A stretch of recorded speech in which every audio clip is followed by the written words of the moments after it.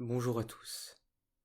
Alors, dans l'épisode précédent, nous avons vu les composants de l'éducation de la classe guerrière pour aboutir à une cité juste et idéale. On a terminé en disant que le philosophe, tout comme celui qui aimait les spectacles et le théâtre, ont tous les deux un appétit insatiable de consommer ce qui leur plaît. Nous allons voir la différence entre les deux, et de là nous parlerons de la théorie des idées élaborée par Platon.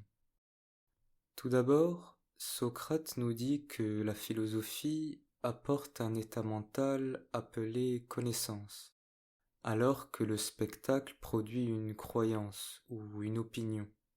Pourquoi? Eh bien, cela est dû à la nature des choses que l'on perçoit. Dans le cas de ceux qui aiment le spectacle, ce qu'ils contemplent, ce sont des choses sensibles, comme les sons, la voix, les odeurs. Dans le cas du philosophe, lui aussi perçoit ces mêmes choses, mais il capte en plus de cela l'idée générale derrière les multitudes choses sensibles particulières. C'est par sa capacité à accéder au monde des idées que le philosophe y arrive. Notons bien que ce que Platon entend par idée n'est pas un produit de notre esprit. Selon lui, les idées auraient une existence indépendante de nous, se situant sur un plan distinct du monde sensible, que l'on appellerait monde intelligible ou monde des idées. Par exemple, dans le monde sensible, il y a d'innombrables oiseaux. Eh bien, dans le monde des idées, il y a une idée d'oiseau qui les regroupe tous. Et c'est seulement en contemplant l'idée d'oiseau que l'on a réellement une connaissance. Contempler seulement quelques exemples particuliers d'oiseaux dans le monde sensible ne produit qu'une opinion. En fait, si les uniques objets que l'on peut traiter sont des objets éphémères et changeants, il ne peut y avoir de connaissance. Une connaissance est quelque chose de stable, de périn. Il ne peut reposer sur quelque chose de passager.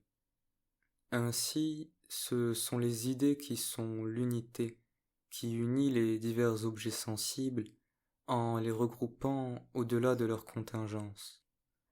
Les idées sont intelligibles, universelles et éternelles. Les objets physiques, quant à eux, sont sensibles, particuliers et périssables.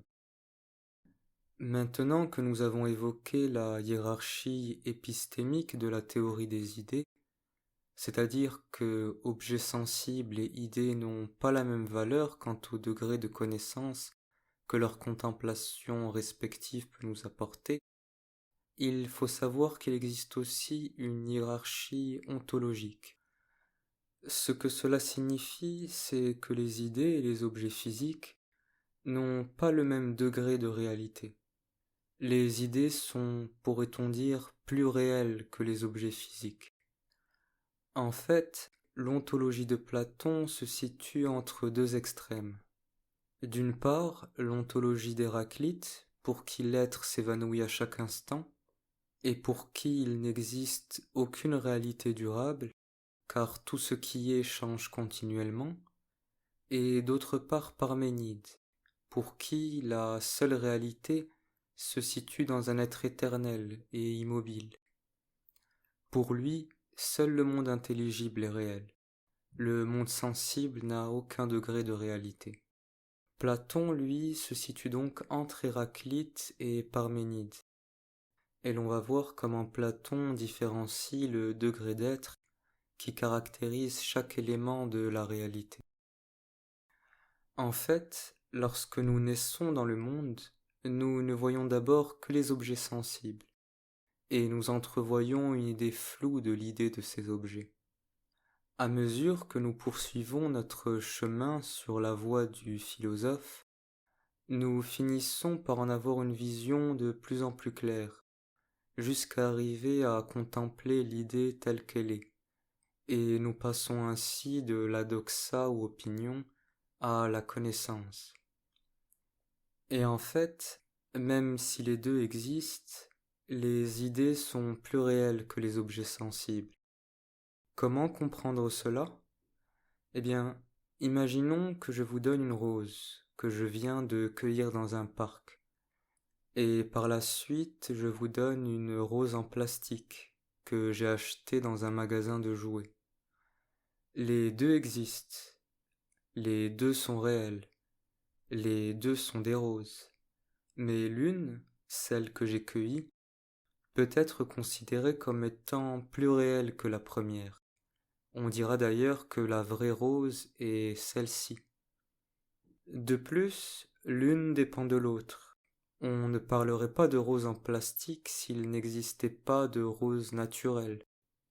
Par là, on peut dire de la même manière que un oiseau que je vois passer devant ma fenêtre a un degré de réalité moindre que l'idée d'oiseau. Et de plus, ce même oiseau qui passe devant ma fenêtre est dépendant de l'idée d'oiseau. Il lui est subordonné.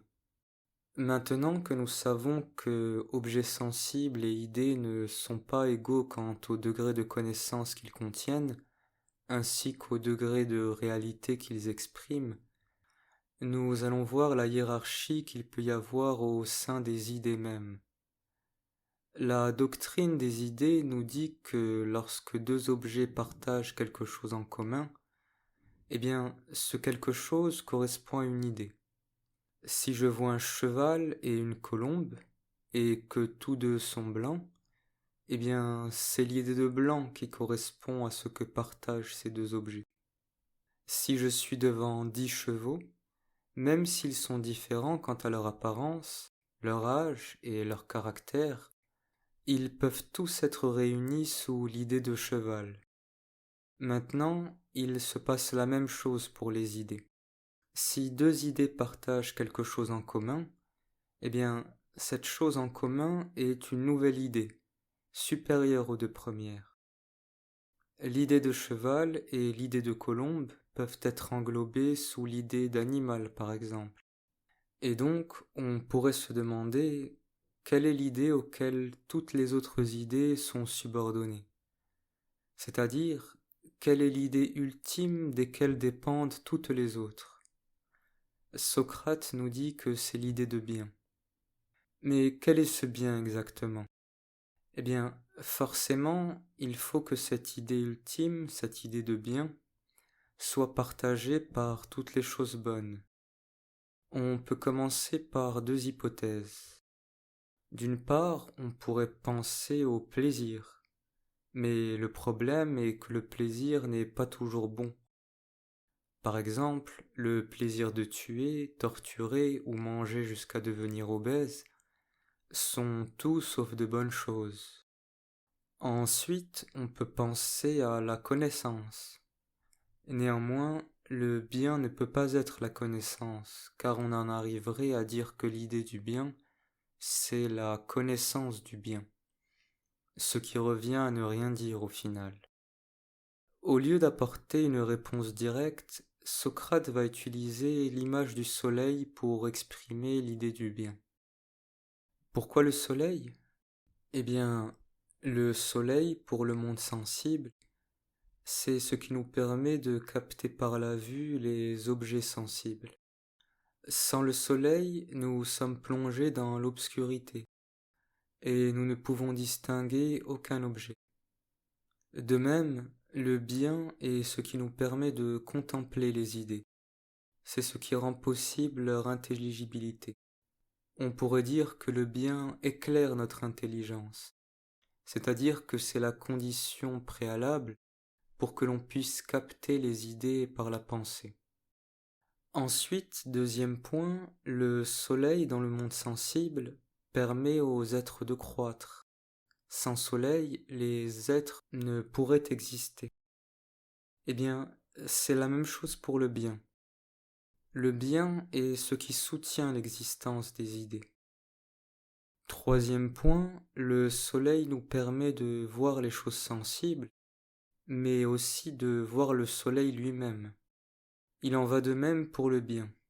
Il nous permet de voir les autres idées, et en même temps nous pouvons contempler le bien lui-même.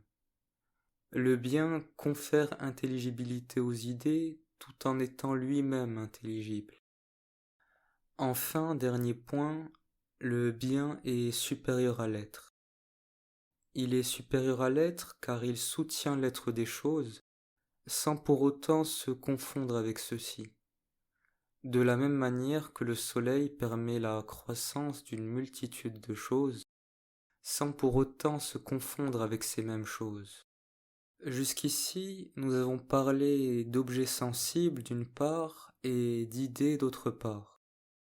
En fait, Platon distingue 4 degrés de réalité, 2 ayant à voir avec le sensible et les 2 autres avec l'intelligible.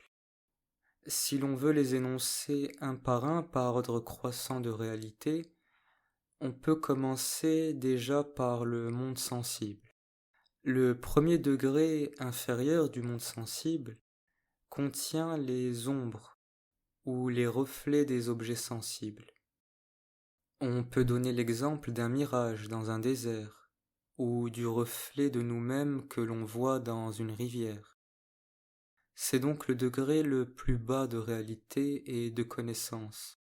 C'est ce qui correspond, selon Platon, à l'imagination. Le deuxième plan supérieur à celui-ci, toujours dans le monde sensible, contient les objets sensibles à proprement dit. Ils correspondent à l'opinion, à la doxa.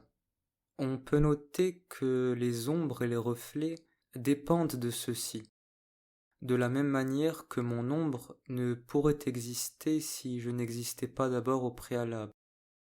Passons maintenant au monde intelligible. Le premier degré contient ce que Platon appelle les objets hypothétiques. Il correspond au raisonnement mathématique. Ensuite, ces objets hypothétiques eux-mêmes dépendent des idées pures, qui sont le plus haut degré de réalité, auquel on accède par la raison intuitive, la contemplation des idées. C'est par la dialectique que l'on navigue dans le monde des idées jusqu'à finir par atteindre et contempler l'idée ultime de bien. Quand on atteint ce niveau, on atteint l'ordre divin, l'harmonie du cosmos. Ainsi, pour résumer, nous avions d'abord les ombres ou les reflets des objets sensibles, correspondant à l'imagination, puis venaient ensuite les objets sensibles eux-mêmes, correspondant à l'opinion. Ensuite viennent les objets hypothétiques, correspondant au raisonnement mathématique, et enfin le quatrième et plus haut degré des idées pures, correspondant à la raison intuitive. Bon, maintenant, à partir de cette théorie de la connaissance que l'on vient de décrire, Platon élabore une allégorie, connue sous le nom d'allégorie de la caverne.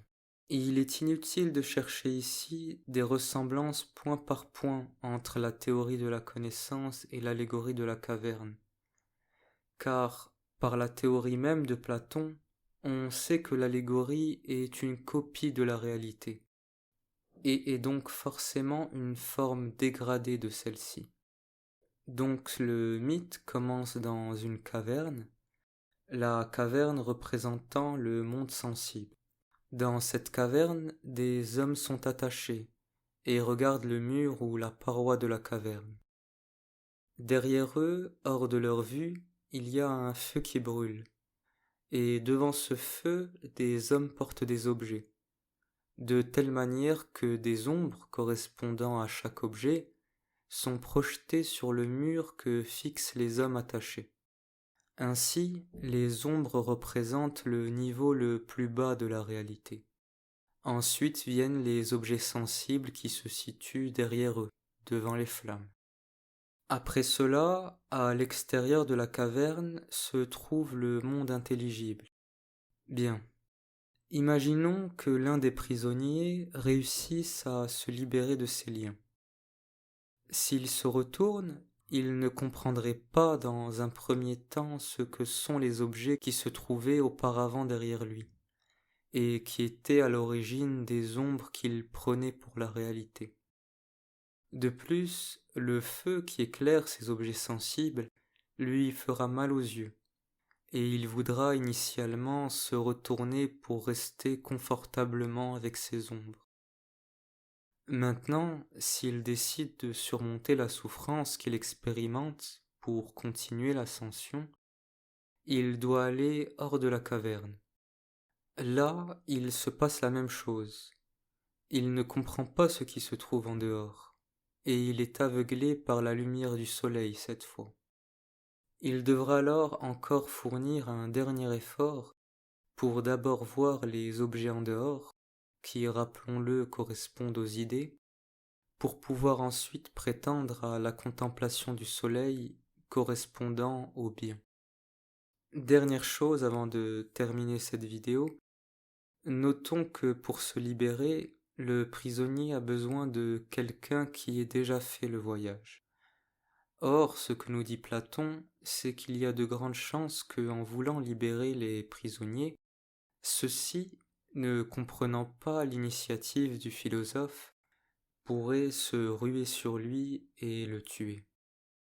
Je termine donc ici ce dernier épisode sur Platon, même si je pense en rajouter un pour présenter sa théorie cyclique de la succession des régimes politiques.